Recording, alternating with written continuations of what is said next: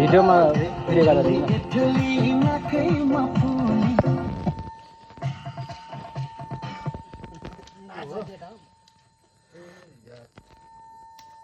battery खलास हो क्या होगा अरे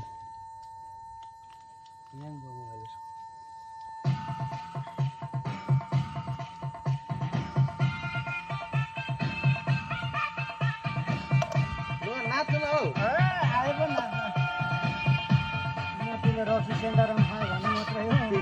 अलिअलि रक्सी खाएको भए त यस्तो त